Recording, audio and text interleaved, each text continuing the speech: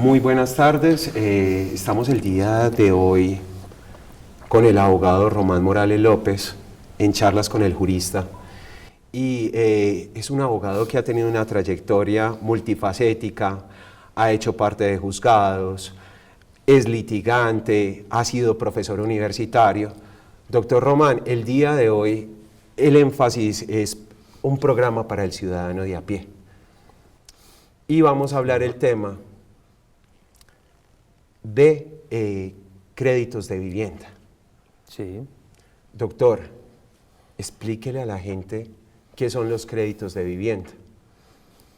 Camilo, muchísimas gracias por la invitación al programa y pues, hombre, es muy honrosa la presentación que has hecho y merecida en algunos tópicos, pero bueno, aquí estamos. ¿Qué podemos decir de los créditos para vivienda? El crédito para vivienda es una situación económica que ha facilitado la ley para que el ciudadano de a pie, el hombre trabajador promedio en Colombia, tenga la posibilidad de acceder a una vivienda digna bajo condiciones de posibilidad real contractual de pagar un crédito hipotecario y que no pierda su vivienda como ocurrió en otrora. Hasta el año 1999-2000, los colombianos que accedían a un crédito de vivienda, pues muchos de ellos perdieron la vivienda con ocasión de la famosa figura del UPAC, que pues era una figura totalmente impagable y llevó en cierto momento a una crisis económica financiera en Colombia. Concretamente en el gobierno de Andrés Pastrana Herrera, que llevó a que el Congreso de la República, ante sentencias de la Corte Constitucional, decretaran emergencia económica por la situación tan crítica de la notoria y reincidente pérdida de viviendas de los colombianos. Y ahí fue donde nació otra ley que regula ese tópico, que pues más adelante le podré explicar de qué se trata. Perfecto. Aún hoy en Colombia hay gente que pierde la vivienda. Sí, las condiciones del mercado son condiciones un poco salvajes, un poco desproporcionadas en el entendido que el sistema financiero pues tiene que tener unas utilidades económicas, unas utilidades financieras propiamente dichas por el préstamo del dinero que da para la adquisición de vivienda. Y a veces, en muchas ocasiones, se da que los términos del contrato no son tan legítimamente comprensibles para el contratante que acude a una entidad financiera, a un establecimiento de crédito, Fondo Nacional de Ahorro, ABE Villas, Banco Popular, para poder completar o poder acceder a un préstamo y comprar su vivienda para él y para su familia. Y ante una cesación de pago, pues es notorio y es obligatorio para la entidad financiera reclamar el dinero prestado en mutuo y obviamente pues la prenda del deudor son la garantía de los acreedores. Entonces, como lo dice el 2488 del Código Civil, los bienes que tengo yo ante el no pago, pues el acreedor tiene la potestad de irlos a rematar en un proceso ejecutivo. Es muy notorio eso. ¿Cuáles son esas condiciones más o menos ilegibles que en este momento en ese contrato de mutuo no son tan claras? Es muy paradójico porque es que el contrato de mutuo que se contrae, los préstamos hipotecarios están respaldados regularmente en pagarés. Un pagaré es un instrumento de crédito, un instrumento título valor que está regulado desde el año 1971 en el decreto 410. Entonces diría uno que eso lleva más de 50 años y que sería un instrumento de amplio conocimiento para la comunidad en general, pero resulta que los pagarés no todo el mundo tiene conocimiento a eso. Entonces hoy por hoy hay una modalidad de crédito de esos instrumentos de valor, llámese en pesos, llámese en UPAC, perdón, en UPAC no, en VR, porque el UPAC está derogado. Entonces esas unidades de valor real que nacieron con la ley 546 del 99, dicen que hay que pagar unas sumas de dinero X en determinado tiempo, pero los usuarios de esos créditos, los usuarios del sistema financiero, no tienen una información idónea, pertinente, clara, entendible, comprensible, para poder, digamos, jugar en ese mismo sistema contractual y obtener los beneficios que la misma ley le da. Por ejemplo, también existe la ley 1328 que le da la posibilidad como consumidor del sistema financiero a que tenga una buena orientación del mismo sistema financiero por parte de los bancos, pero no lo recibe.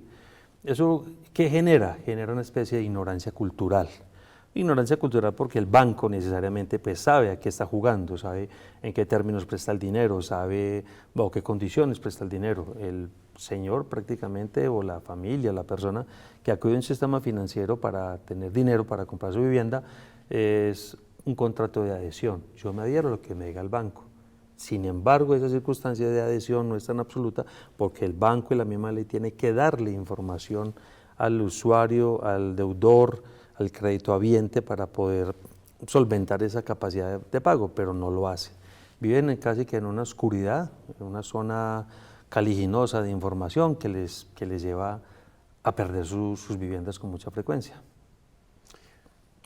Háblenos acerca de ese crédito preferencial, qué características tiene el crédito preferencial de vivienda y cómo ese crédito preferencial no se ve en la realidad. El crédito preferencial para el sistema financiero, cuando se trata de viviendas de cara a ese principio constitucional de una vivienda digna, pues dice que debe tener una tasa de interés muy diferente a la tasa del mercado financiero, del mercado de consumo, del mercado mercantil, pero eso no ocurre. Me explico, en el sistema financiero del UPAC, en otrora, los intereses se iban capitalizando, por eso fue que esas obligaciones que nacían pequeñas, al cabo de 5, 10, 15, 20 años se volvieron unos monstruos gigantes inmanejables de no pago y la gente perdía sus propiedades por el remate y aún así perdiendo la propiedad quedaban debiendo dinero. ¿Por qué? Porque una tasa de interés del libre mercado, mercantil, comercial, y eso es una prerrogativa para que el comerciante, para el que se dedica todos los días a manejar dinero en la calle. El dueño de una vivienda que está pagando un crédito hipotecario, pues suele ser un carnicero, suele ser conductor de buseta, suele ser un oficinista que no maneja esas circunstancias. El anatocismo, la capitalización de intereses que en un momento determinado llevó a esa pérdida de viviendas es permitida en el artículo 886 del Código de Comercio, que como lo dije tiene una vigencia de más de 53, 54 años a la fecha. Dada la incremento exponencial de esos intereses que se iban capitalizando, si a vos te prestaban 100 pesos, al cabo de 5 años ya no debías 100 pesos, sino que debías 1.000, 2.000, 3.000 o 10.000, pero ¿dónde está la plata que yo he pagado? Eso se lo comían los intereses. Hoy por hoy no es posible esa capitalización de intereses solamente en obligaciones comerciales. Como la vivienda tiene una connotación especial, la tasa de interés es muy preferente, 10, 11%, en el plazo, y si se entra en mora en un momento determinado, pues será el 1,5 veces ese. Distinto a un crédito que usted saca para un vehículo o para un crédito de libre inversión o una tarjeta de crédito, la tasa de interés de plazo será del 28-30% en algunos casos, y de mora, como en el año 2023, se suben al 3.5, casi 4. Entonces no le mismo pagar un interés inmobiliario, un interés de una hipoteca para una vivienda del 10% que pagar el 30%, cuando se dan las condiciones de mercado según una tasa de usura que existe en el país. Entonces eso ha permitido que los bancos de una cierta manera se lucren con el patrimonio de los propietarios de casa que no alcanzan a pagarlas y van a ser rematadas. Ahí entonces habría un gran perjuicio para los créditohabientes, deudores del sistema hipotecario, pero la ley trata de protegerlo. Sin embargo, la realidad es otra. ¿Cuál es la realidad, doctor? La realidad es otra en el sentido de que yo voy al banco, voy a colocar cualquier ejemplo de cualquier entidad, banco, para efectos un banco que ya no existe, para que no se haga alusión a ninguna entidad financiera en particular y no herir susceptibilidades. Banco Cafetero me presta hoy 100 millones de pesos para comprarme un apartamento, una vivienda de interés social, y en un momento determinado me dice, hombre, esa tasa es de interés preferencial, 10%, 11%, pero hombre, te presto una tarjeta de crédito, llévate la tarjeta de crédito, te doy cupo de 5 millones. Pero ¿cómo respalda? No, pues ahí está la hipoteca, eso lo termina pagando. Pues en caso de que usted no pague, pero usted va a terminar pagando. Yo, sí señor, claro. O llévese un crédito de libre inversión, o llévese un crédito de rotativo. Entonces, cuando llega una cesación de pago por alguna crisis económica o alguna circunstancia, pérdida de empleo o algún divorcio, pues entonces esa vivienda que está garantizando el pago de una deuda preferencial con una tasa preferencial, también de una manera u otra arrastra se lleva los créditos ordinarios, la tarjeta de crédito, el crédito rotativo, el crédito de libre inversión, y la tasa de esos valores son mucho más altas, como lo expliqué hace un momento, a la tasa preferencial del crédito inmobiliario. De una manera u otra, como no hay esa cultura, no hay esa información que deben brindar los establecimientos financieros al consumidor financiero, pues opera la ignorancia. Y pues Colombia es caracterizado y conocido por tener una producción legislativa muy interesante, pero también es conocido que el colombiano promedio no lee.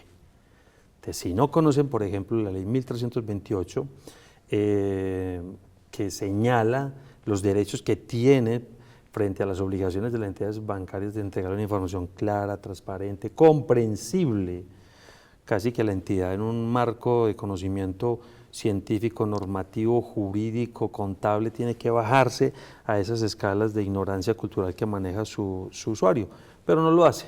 Entonces se aprovechan esas circunstancias para rematarle la propiedad y adquirir o comprometerlo con otras obligaciones. No estoy diciendo que le están haciendo de mala fe, de pronto habrá una incongruencia, una falta de conexión entre el conocimiento de los deberes y obligaciones que tiene el deudor hipotecario con esa entidad financiera. Y entonces ahí hay una zona de penumbra, una zona farragosa, donde el mismo sistema financiero aprovecha para que el deudor termine perdiendo su patrimonio. ¿Qué herramientas jurídicas uno le puede sugerir al ciudadano? ¿En dónde están establecidas? Para decirle al ciudadano, vea, eso está establecido en tal norma, para poder más o menos generar esa defensa. Es muy complicado porque, como lo dije hace ratico, hace un momento, Colombia tiene una producción legislativa muy interesante, es muy buena. Sin embargo, no hay una cultura formacional para ello.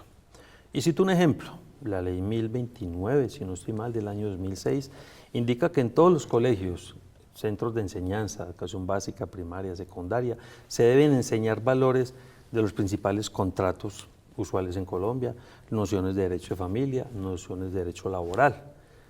Pero por cuestión de curiosidad práctica he preguntado a algunas personas, a algunos docentes, a algunos alumnos, incluso a mis propios hijos, y en su momento, hasta hace 2 o 3 años que eran bachilleres, les enseñaron eso y dijeron, no, nunca nos enseñaron. Pero eso está instituido, formalizado en la ley del año 2006, ¿por qué no se ha hecho? Falta voluntad política, falta voluntad de educación para un pueblo que la necesita. Entonces, existe la ley 1328 que habla del Estatuto Orgánico del Consumidor Financiero. El consumidor financiero, el que va y suscribe un pagaré, el que va y abre un CDT, el que saca una tarjeta de crédito, tiene la obligación de ir a consultar esa ley 1328 para que se entere de primera mano y sin apasionamiento ni ambigüedades qué es lo que dice, cuáles son sus derechos. No les interesa, no leen la letra pequeña del pagarita para que vayan a leer la ley 1328. Es una gran, vuelvo y digo, una gran situación de desperdicio de conocimiento jurídico para usted defenderse, pero es propio de la cultura que tenemos. Aparte de eso, por ejemplo, en la ley 546 del 99 que habla sobre los créditos hipotecarios de tasa preferencial y tienen un rango de protección constitucional, resulta que también el artículo 20 dice, el artículo 20 y 21 dicen que existe la homogeneidad contractual. ¿Qué es eso? Es que el deudor tiene derecho a que la entidad financiera, el instituto, la entidad de crédito que le ha facilitado el dinero, le informe en el primer mes de cada año calendario de la vigencia de su crédito hipotecario, a que le informe cómo está su crédito, cuál es la proyección de pago, cuáles serán los porcentajes o conceptos que le van a aplicar a cada cuota. Sin embargo, eso no lo hace. ¿Y para qué le debe mandar esa entidad financiera a ese deudor hipotecario? Es para las hipotecas, no más para esas hipotecas de vivienda, para que tenga conocimiento ese deudor y pueda entre enero y febrero de ese año que les llegue la información, optar por una reestructuración del crédito. Una reestructuración del crédito que podría ser, hombre, estoy en crisis económica, ya no me gano la plata que me ganaba hasta el año pasado, voy a rebajar el monto de la cuota y extiendo el plazo. Y eso es de una única vez, no, eso es de muchas veces a través de la existencia del crédito, porque las condiciones del mercado, mis condiciones de vida, mis condiciones laborales van cambiando, les permiten que no. La ley está diseñada con un muy buen espíritu para que ese deudor hipotecario tenga la posibilidad de tener información de primera mano y ir a decir al banco, necesito por favor que organicemos esto y me reestructure el crédito en estas condiciones para yo no perder la vivienda, pero eso no ocurre. Doctor, ya seguimos. No hay problema. Muchas gracias.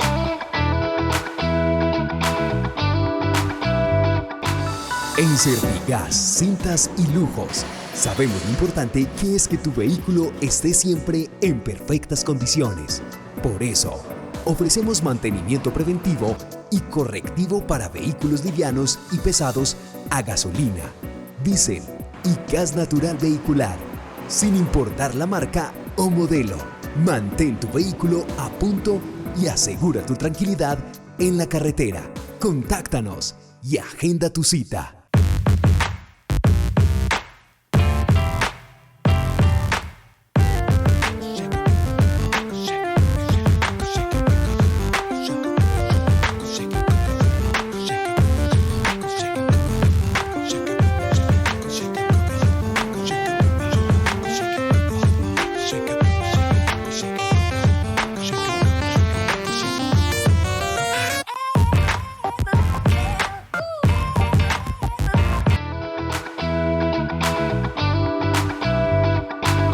Bueno, seguimos, doctor Román. Me parece muy interesante lo que habíamos retomado. Ya hemos logrado identificar el problema. ¿Cuáles son las consecuencias judiciales? ¿Qué pasa de estas personas que el banco no las deja reestructurar el crédito? O por lo menos que no son notificadas en su debido momento. Pues hombre, eso tiene muchas lecturas y lecturas que uno podría encasillarlas o moldearlas en diferentes circunstancias. Y uno diría, existe mala fe en la entidad financiera, o existe desconocimiento del empleado del banco, o no existe interés en que esa norma se conozca. Entonces decir una verdad media o no decir el derecho que tiene usted es una negación del derecho. Lo digo porque en algún momento nuestra oficina defendió a una señora donde la señora con una entidad financiera le rogaba, le buscaba, mire, yo le pago la tarjeta de crédito, mire, yo le pago el crédito rotativo que mi esposo sacó, pero no me remate la casa, recíbame la cuota de la vivienda, mire, yo pago la cuota al día de la vivienda y el crédito hipotecario lo dejamos ahí quieto, y la otra me da un plazo para pagarle. No, tiene que pagarlo todo, no, tiene que pagarlo todo. Y la señora era totalmente angustiada, se le notaba su tristeza, su miseria humana, porque era buscando que no perder su casa, y cosas de que su anterior esposo la llevó a ese escenario. Entonces nos contrató y nosotros formulamos una excepción diciendo, un momentico, aquí falta lealtad procesal y lealtad contractual. Si usted, banco, tenía la obligación de informarme a mí que yo tenía derecho a reestructurar el crédito, cuando me estaba negociando yo lo hubiera podido hacer, pero usted nunca me dijo nada. Entonces no me venga a mí aquí a echar la culpa que yo no le pago porque no tengo capacidad económica. Es que usted no me dijo que yo podía volver a barajar las cartas del crédito y volver a tener una posibilidad de plazo extendido de reducción de cuota. Formulamos la excepción y llegamos a un momento del proceso y en última se terminó conciliando, bueno, le páguenos pues las cuotas que debe el crédito hipotecario y fírmenos un nuevo pagaré, una innovación de la obligación de las tarjetas de crédito del dichoso marido, y la señora sintió un alivio.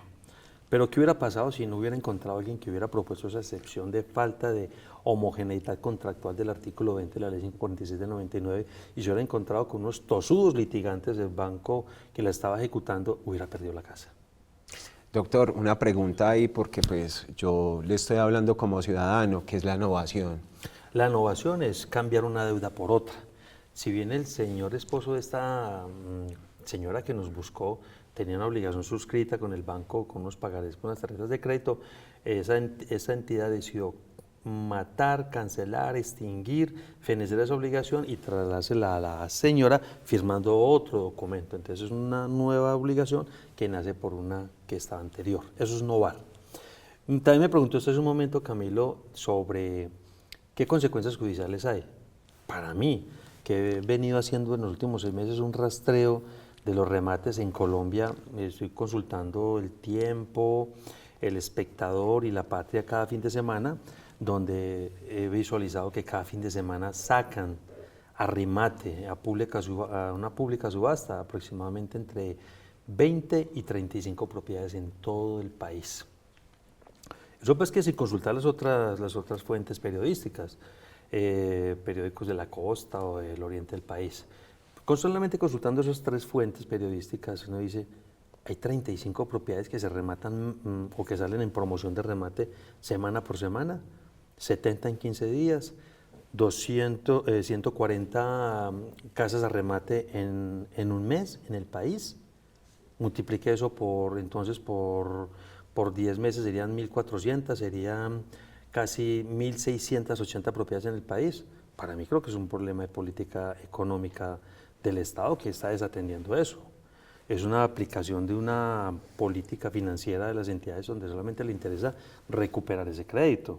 Entonces creo que estamos retornando a esa época de misericordia del UPAC, donde el UPAC le quitaba la casa porque es que simplemente usted me debe plata. ¿Y con qué me paga? Con la garantía que usted me dio, que es la hipoteca sobre su casa. ¿Por qué? Porque el 2488 del Código Civil me lo permite. Entonces raya eso como con el espíritu de la Constitución del 91, donde pasamos de un Estado de Derecho antes del 91, donde nació el UPAC en el año 72, a un Estado social de derecho, donde las proclamas de los constituyentes eran, hombre, ¿es el hombre al servicio del derecho o es el derecho al servicio del hombre? No, es el derecho al servicio del hombre. Y donde los jueces también tienen una conducta permisiva, pasiva, el de la oreja que no escucha o el del ojo que no ve, no, eso no es problema, él está cobrando. Pero venga, ¿usted qué está haciendo para que esa familia no pierda la propiedad? No están haciendo nada. Entonces pienso que también es un problema de realidad económica donde muchas personas van a ir ingresando a una situación de pobreza porque la propiedad que tenían, que podían refinanciar y que no sabían cómo hacerlo, entonces la van a perder y se va a generar una situación de problema de cartera, no para la entidad financiera porque ya remata. Remata para el pobre ciudadano que va a salir de perder su propiedad a volver a pagar arrendamiento. Doctor, el derecho a la vivienda se puede reclamar, ¿es un derecho fundamental vía tutela? ¿Se podría reclamar vía judicial o se puede reclamar directamente con el banco? El derecho a la vivienda se ha dicho que es un derecho fundamental porque lo que busca es que la familia como valor fundante de la sociedad tenga un techo, tenga un espacio donde construir sus relaciones afectivas y salir adelante y seguir fundando esa sociedad que es. Sin embargo, por vía tutela tiene que agotarse un debido proceso, un proceso ejecutivo, porque los jueces hoy últimamente están diciendo, no, es que la tutela es subsidiaria, usted tiene que ir a pelear primero esa controversia allá y aquí yo no tengo injerencia. Ese es el espíritu de la acción de tutela. Pelea ya en el proceso ejecutivo donde le van a rematar la casa. Pero es que llega el señor que está quebrado, que está reventado económicamente, que no tiene capacidad de pago, a enfrentarse con un monstruo, con un leviatán económico gigante que tiene todos los medios para oprimirlo, para reventarlo económicamente. Entonces usted muchas veces como deudor, como ciudadano a pie no sabe qué hacer. Defenderse allá, sí, pero tiene que tener las herramientas para que el debate jurídico en las armas jurídicas correctas sea proporcional, sea igualitario, pero eso no se da. Primero porque la gente se asusta frente al tema de una demanda ejecutiva. Se asusta porque no saben cómo ir a defenderse a una audiencia y muchos de los procesos requieren un derecho de postulación. ¿Qué es derecho de postulación? Es que a mí me represente un abogado en un proceso judicial. Por vía contractual yo podría alegar en este momento lo que venimos como alegar en este momento como estructurar una defensa de una violación del contrato. El artículo 1502 del Código Civil, que es nuestro estatuto de la persona y de los negocios y de todo lo que tiene un colombiano sencillo, un colombiano ordinario, es que el 1502 habla de la capacidad para la celebración de los negocios, donde tiene que haber voluntad, consentimiento. Pero enfrente de esa capacidad y consentimiento y la información que me están ocultando, que el banco no la suministra, entonces estarían generando unas afectaciones a esa buena voluntad o a esa voluntad libre de vicios. Y sería ya entonces un vicio el consentimiento de ese contratante que firmó de manera adhesiva con un crédito hipotecario donde digo, bueno, yo creo que trabajando lo puedo pagar, pero desconociendo toda la ruleta de información que tiene a su favor, termina siendo afectado por un consentimiento que obviamente no lo pudo brindar en debida forma porque no tuvo todos los elementos de juicio. Si yo le digo a usted, Camilo, por ejemplo, Camilo, para almorzar solamente hay sancocho, usted dice, Ah, bueno, no me gusta mucho, pero pues bueno, ok, solamente sancocho. ¿Usted qué dice? Pues bueno, Bueno, comamos sí. sancocho, porque tiene hambre. Pero yo me sirvo al lado suyo un salmón con caviar. Usted dice, venga, pero usted me dijo que solamente había sancocho. Sí, solamente había sancocho para usted, pero para mí hay caviar con salmón. Pero ¿cómo así? Si la cuenta la vamos a pagar entre los dos. No, yo también tengo derecho al caviar y al salmón. No, usted no tiene derecho, porque usted quiso sancocho, pero usted no me dijo que había caviar con salmón. Entonces ese ocultamiento de esa información genera un perjuicio, que ya pues corresponderá a una persona que ha sido vulnerada en su derecho al debido proceso, a la buena fe contractual, que ha sido afectada con un vicio del consentimiento, que el banco nunca le informó, porque esa es otra particularidad. El crédito hipotecario a 10, 15 años, el banco nunca les manda la información año a año. Que lo hubiera omitido un año, bueno, pues se le olvidó al banco, un error es susceptible del talento humano, pero todos los años, entonces ya no estamos hablando de un vicio de consentimiento sencillo, para mí entonces ya uno podría calificar que hay un error intencional, hay una mala fe de la entidad de no informarle al otro que tiene la posibilidad no solo de comer sancocho, sino de comer salmón con caviar. ¿Sí soy claro? Sí, pero el mero hecho del paso en el tiempo de la omisión sí se puede caracterizar como mala fe. Ya le corresponde, hay una locución latina muy interesante que se llama onus probandi. Si usted quiere acudir ante la justicia para que el juez le reconozca el derecho, usted como reclamante de esa situación de derecho tiene que demostrar qué fue lo que ocurrió, cuál fue el perjuicio que ocurrió, bajo qué circunstancias se dio ese perjuicio y cómo lo afectó a usted. No es ir a decir, no, es que yo lloré mucho. ¿Y quién lo vio? Vio un terapeuta, vio un psicólogo, vio un psiquiatra. No, yo lloraba mucho porque a mí me da pena que todo el mundo me viera llorar. Pues usted esa prueba no la puede llevar porque no se constituye per se en una prueba. Hay que llevar ese elemento demostrativo de ese perjuicio ante una autoridad jurisdiccional para que empiece a hacer carrera de cierta manera y detener esa avanzada, digamos un poco atropellada que tienen las entidades de crédito financiero para con el usuario en general, porque la verdad no le dan la información, no se la remiten, no le cuentan.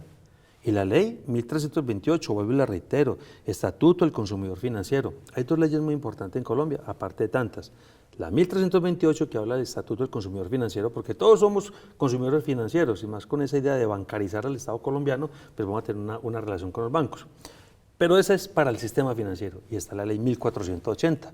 El Estatuto del Consumidor, que es general para todas las obligaciones que tiene usted como comprador, como intermediario y como vendedor, en el comercio general, cuando usted compra o vende ropa, cuando usted compra o vende algún electrodoméstico, o usted compra o vende un taxi. Esa ley del consumidor financiero es muy diferente a esta. Por eso hay que colocarle cuidado, especial atención a esa 1328 para que usted tenga los medios de cómo defenderse.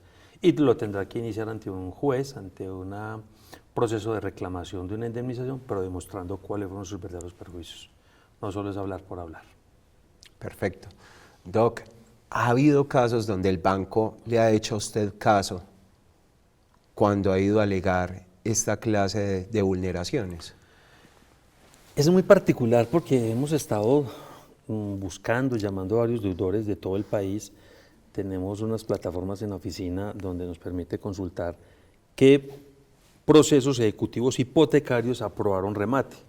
Y hemos buscado a varias personas en los últimos 2 meses, hemos llamado por ahí unas 20 o 30 personas que se acerquen a nosotros, solamente han comparecido 2 o 3. Quizás hay un sesgo de temor, un sesgo de desconocimiento, o creerán que los estamos llamando a la cárcel de la modelo y no de la oficina de abogados. ¿Cierto? Hay cualquier cantidad de variables. Pero estamos en ese proceso de construir, de desarrollar mejor, volver material la teoría de la vulneración del contrato, donde el banco abusa de la posición que tiene frente a la parte más débil. Porque vuelvo y lo reitero, como alguna vez lo decía un artículo de la Universidad Externado, ese ignorante cultural por su profesión, por su oficio, por su dedicación, por sus artes, no tiene por qué conocer cómo opera la liquidación del VR todos los días, no tiene por qué conocer cuáles son las formas intrincadas matemáticas que utiliza el banco para eso. La entidad que tiene ese conocimiento tiene que bajarse, tiene que casi que arrodillarse a la altura de su deudor y explicarle las condiciones para igualar para que exista una verdadera igualdad material más no formal. estamos en ese proceso para hacer eso. Ya lo hicimos un par de veces en la oficina y tuvimos éxito porque se logró conciliar, parar la conducta agresiva del banco de ir a rematar esa propiedad. Ya lo logramos. Estamos ya con el que ya perdió la vivienda. Camine pues, vamos a reclamar los perjuicios. Con una teoría totalmente considerada, resultado posible, factible, materialmente verificable, por lo que la teoría de los contratos así lo enseña. ¿Cómo el ciudadano promedio puede identificar, digamos, esa clase de vulneraciones? ¿Tiene que pedir el crédito o tiene que analizar cuál es el onus probandi directamente de ese tema? La ley en su espíritu general dice que la ley manda, permite, prohíbe y castiga. Solamente tiene 4 ejes, la ley no tiene más.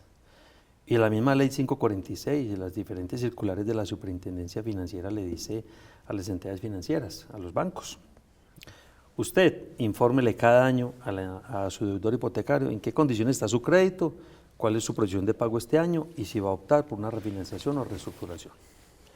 ¿Cómo lo prueba usted? Con una negación indefinida. La negación indefinida es la prueba más fácil del mundo. A mí no me llegó la prueba. ¿Quién tiene que salir a demostrar que sí mandó la prueba? La parte fuerte. Que sí mandó el documento, que sí mandó la información, la entidad financiera. No, yo sí le mandé. Entonces uno simplemente cruza las manos y dice, muéstrame que sí me lo mandó. No tiene cómo. Porque las pruebas se dan en el tiempo, en el momento justo, oportuno, que es en el primer mes de cada año de existencia del crédito hipotecario. Básicamente. ¿Se puede hacer algo cuando se encuentra en pleno remate? Sí, un poco complejo porque habría que alegar una violación constitucional al debido proceso. Un poco complejo porque ya ha habido un proceso con unas etapas naturales del proceso de la presentación de una demanda que presenta el acreedor, del mandamiento de pago, la orden que da el juez de pago, de una notificación al deudor que ante el desconocimiento muchas veces no contesta nada, guarda silencio total, entonces el juzgado lo entiende como que un allanamiento tácito, y luego hay unas diligencias de avalúo, de secuestro, avalúo y remate. Entonces ya venía usted a alegar el momento en que le van a quitar la casa, que es que usted no tuvo opción de reclamar en el pasado, es un poquito difícil, pero no es imposible, porque aún ahí, antes del remate o después del remate, siempre se configuró una falta de lealtad contractual. ¿Cuál? Que la entidad financiera cumpliera con el mandato del artículo 4 del Código Civil, mande la información cada año para poder que se tenga conocimiento de una información verídica, material, verificable y poder optar a la reestructuración del crédito. Doctor, muchas gracias, ya seguimos. Ok.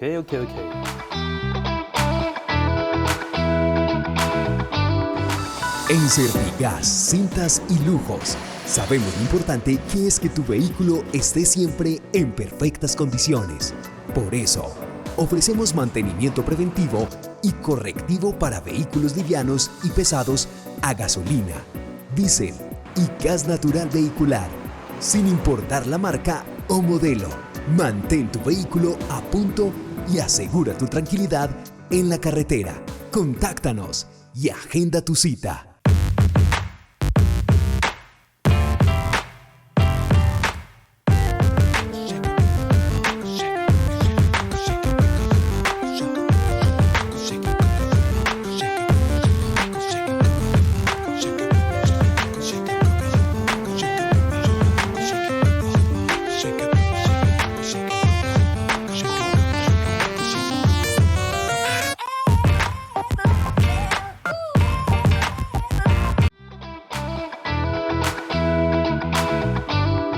Bueno, doctor, este es el último tramo de Charlas con el Jurista. Ha sido un tema muy bien explicado, ha sido un tema que es realmente importante para los ciudadanos de a pie. Hagamos una pequeña sinopsis de lo que el ciudadano tiene que tener en cuenta y qué es lo más importante. Para el ciudadano que es deudor de un crédito hipotecario, Sí, obvio está. obvio. Primero, pues que decirle a ese deudor hipotecario que tiene derechos.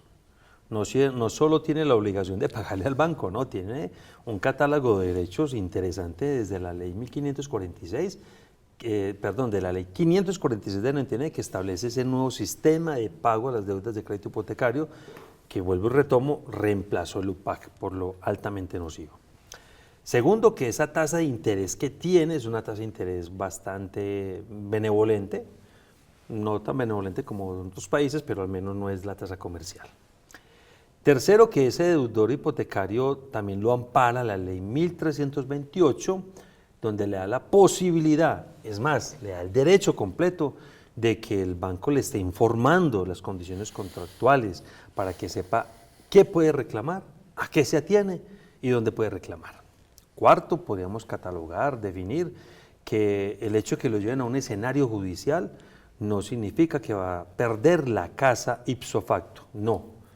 Hay un proceso judicial, hay unas etapas del proceso, puede defenderse, puede reclamar lo que hemos dicho de que si a usted no le ha llegado la información contractual año a año para usted tener los elementos de juicio y saber qué tiene que pedir o cómo lo puede pedir, pues entonces tiene que alegar allá una vulneración al principio de la buena fe contractual. ¿Qué es eso?